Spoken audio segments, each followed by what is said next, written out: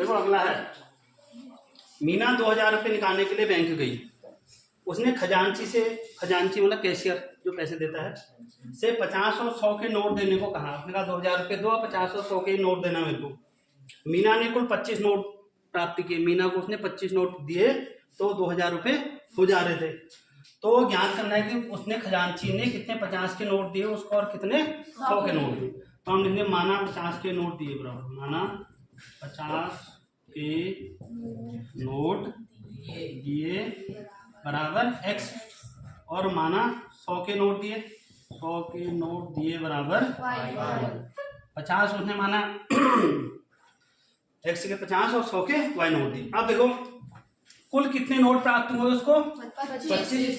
तो यानी जब 50 और 100 के नोटों को हम आपस में जोड़ेंगे तो कितने नोट होंगे 25 नोट होंगे।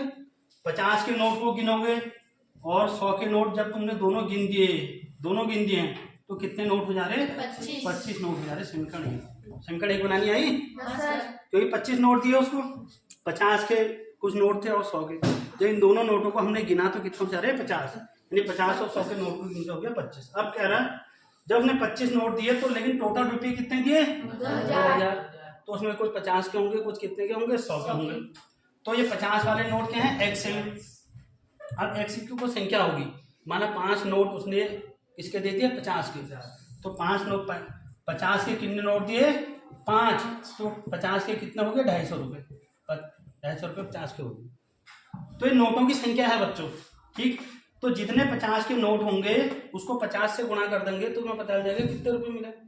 माना 50 के तुम्हें 8 नोट मिले, उन 8 नोटों को 50 से गुणा करोगे ना तुम, तो तभी तो तुम्हें पता चलेगा मेरे को 400 रुपये हैं करके। तो 50 के नोट कितने हैं x और नोट कितने का 50 का, तो क्या हो जाएगा 50x। है बात सुनो, नोट 50 का है और ये नोटों की संख्या है x। 50 के कितने नोट हैं करके, धन 100 के नोट कितने हैं y, 100 के नोट हैं y। तो जब 50 के नोटों की संख्या को तुम 50 से गुणा करोगे, 100 के नोटों की संख्या को जब 100 से गुणा करोगे, उनको सब जोड़ दोगे तो कितने रुपए होंगे 2000 रुपये होंगे। ठीक। अब देखो 50 का भागा जा रहा, समझना जा रहा। तो समीकरण थोड़ा छोटा कर देते हैं। 50 से भाग देने पर 50 से भाग देने 50 कम 50, ये खाली x बचा, धन 50 गुना 100 2y बचा, 50 चक्को 200 और एक जीरो बचा। 50 चक्को 200 होता है ना, एक जीरो। ये समीकरण क्या होगी 2। अब देखो समीकरण 1 और 2 में x बराबर है, इनको जोड़ेंगे घटाएंगे क्योंकि चिन्ह समान है, ठीक।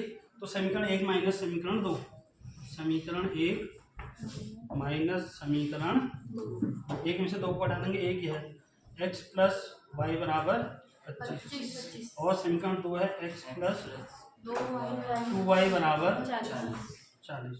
घटा देंगे बच्चों, ऋण का ये धन है तो ऋण, ये धन है तो ऋण, इस x से x कट गया। अभी जुड़ेंगे घटेंगे घट जाएंगे क्योंकि माइनस का एक प्लस का है, 2 में से एक है, 2y में से एक y घटा दोगे तो क्या बचेगा खाली y, चिन्ह बड़े अंक का तो माइनस y, ये भी घट जाएंगे धन और ऋण। कितना आएगा 40 में 25 घटा के 15, चिन्ह बड़े अंक का माइनस, माइनस से माइनस कट गया तो y बराबर कितना आ गया 15 आ गया। इस y के मान को रख दो समीकरण 1 में या 2 में, किसी में भी रख दो। तो y का मान समीकरण 1 में रखने पर, y का मान समीकरण 1 में रखने पर y का मान समीकरण 1 में रख देंगे तो x तो ऐसे रहेगा, प्लस y कितना आ गया 15 बराबर 25।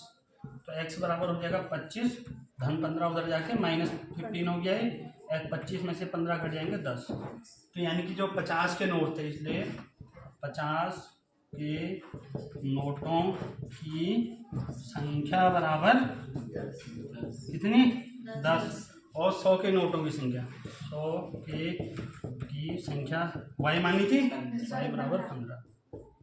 अब इस समीकरण से तुम इसको सिद्ध कर सकते हो।